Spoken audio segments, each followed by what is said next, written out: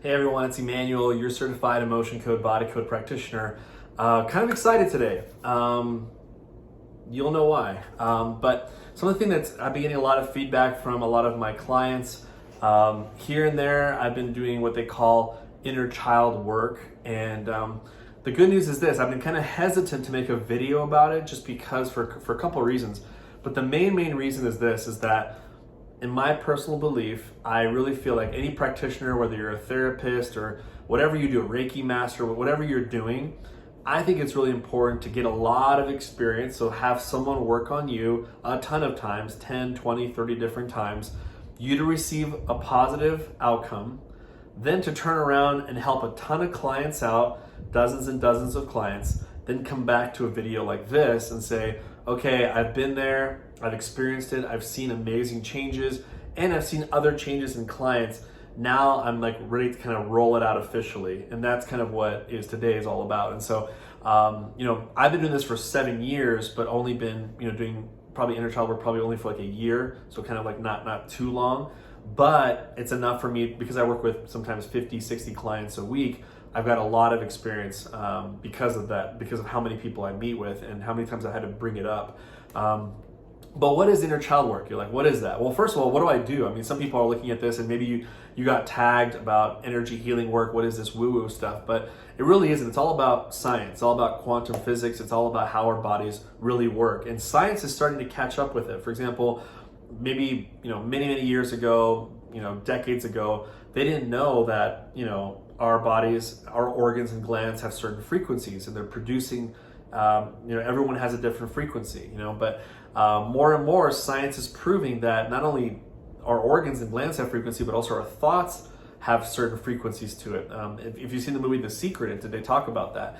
But I've been doing work, all virtual practice through proxy. So what that means, what does proxy mean? It just means that I'm doing it long distance. I'm using my fingers to muscle test, which is called the ring and ring method, and connecting to people's subconscious, because that's really where what sank the Titanic, is this huge iceberg that just took it down.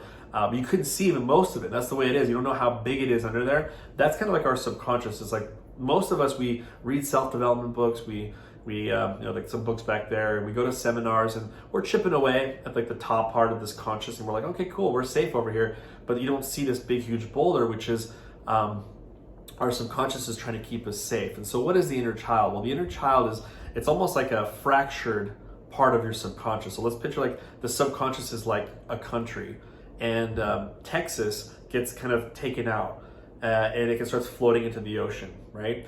That Texas portion is like your inner child. There's an age where all of a sudden it kind of the compound effect of you feeling unheard and you feeling unloved, or you feel loved but it's conditional. You kind of enough energies were created where all of a sudden a break off, a fragment of your subconscious was removed, and it literally becomes almost like a separate entity within you. Now, this isn't just energy healers talking about this. A lot of psychologists, a very popular one right now, like How to Do the Work by Dr. Nicole LePera. She talks about the inner child. So psychologists have been able to tap into that. But what they mostly do is they use talk therapy.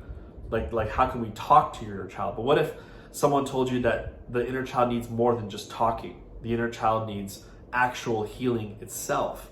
And that's kind of what I've noticed is as I got work done on myself, I didn't realize how much we are an extension of this inner child. If you're overreacting, you get mad easily, or just whatever, it's an extension of the inner child overreacting. And so a person having a midlife crisis, no, that's an inner child not happy with what's going on, and you need to tend to that one. But again, healing the inner child is a whole other thing than just talking. And that's why I get excited about this conversation with you, because maybe you've been doing energy healing for a while, and there's a couple of symptoms that I look for in clients where I go, they might have an inner child issue. I don't just roll out the inner child for a couple of reasons. Number one is most people are already kind of like, how do you even tap into my energy, and how do you remove these things? Why is my pain going down? That already is a lot for people, especially since I work long distance.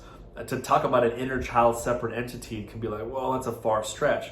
But after you do a lot of work with me, or you've worked with another emotion code, body code practitioner, and you start seeing changes in your life, romance improves, abundance improves, your physical improves, then you're like, okay, I have more faith in my practitioner if they roll out new information. And I think that's kind of what's happening, is more and more people are talking about how do we tap into the inner child. Again, I'm not a professional in it, but I've had a lot of experience in it. And I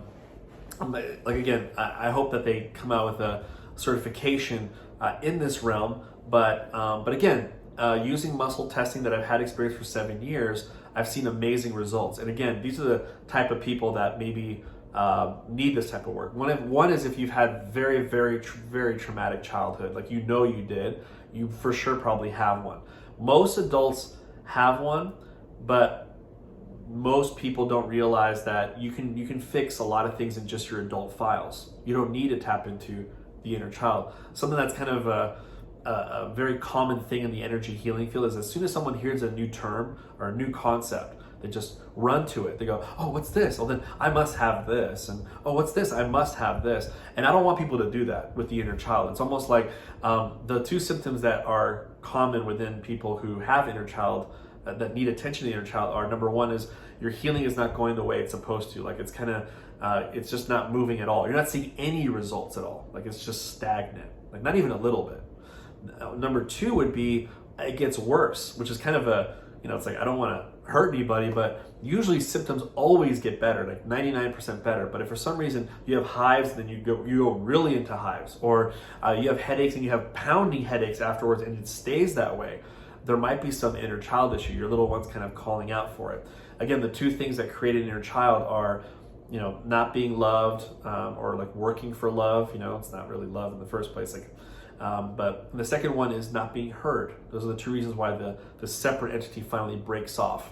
The subconscious breaks off from the other main subconscious that you have. And that's what I tap into, is the subconscious. But this separate file can be very, very helpful for you, for those of you who feel stuck, who've had a horrible, horrible childhood, and for someone who symptoms get worse, if you've had that experience. And it is a process. Like I can't just go up to someone and just say, hey, let me work on your child. Usually, sometimes the adult self will prevent me from working with the little one. Like I'll say, hey, can I connect with the inner child? And my muscle testing says no. So I have to remove certain imbalances from the adult self. Then all of a sudden the adult's like, okay, fine, you can work with the little one, and then I can work with that inner child. And so it's a very interesting, amazing concept. I feel like it's very sacred work, in my opinion. Again, this is my opinion, because I feel like when I work with people, there's this beautiful, it's almost like a louder silence in between removing energies. Like it's like a very sensitive thing. And I love kids just in general. I've got 4 of my own, and I know the beauty of like how children are so submissive and so open to things and open to believe more, and so it's kind of like, I have sort of that same sensitivity with children that I do with your inner child. If I worked with you, you'll notice that I talk differently to your inner child when I'm doing the session. I don't go like, hey, like I don't talk like a man.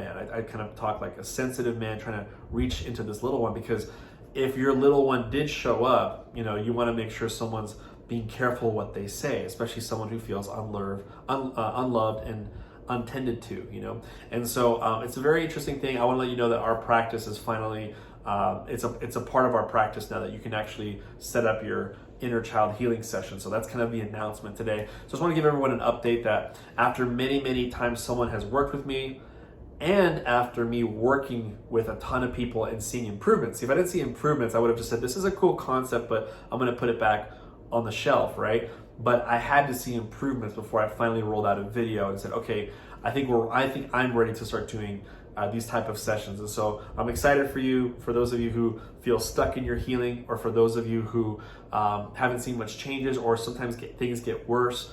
Maybe we can tap into your inner child and help you out. And so it's a beautiful thing, right? Like talk therapy has brought us to the sort of the concept of inner child. So we have to give a lot of credit to psychologists who have found that and have discovered that. But then now we're taking it to the next levels. Like how can we actually do healing on this little one? That's what we're talking about now. So, but if you have any questions at all about that inner child, feel free to comment below. I know Some people are curious, do I have many inner children? And some people do. It's a very rare case, but some people have, if there's a lot of trauma in your past, you could have 4 or 5 of them. I personally only have 1, and my practitioner has told me that. And so I just find it very, very fascinating, and I look forward to helping my clients out in the future. So, but again, if you have any comments or questions below about it, feel free to comment below, and maybe I can help you out and answer some questions for you. I'll even leave my link below if you do want to try out one of these inner child sessions. So look forward to serving you and your little one very, very soon. Everyone have a great day.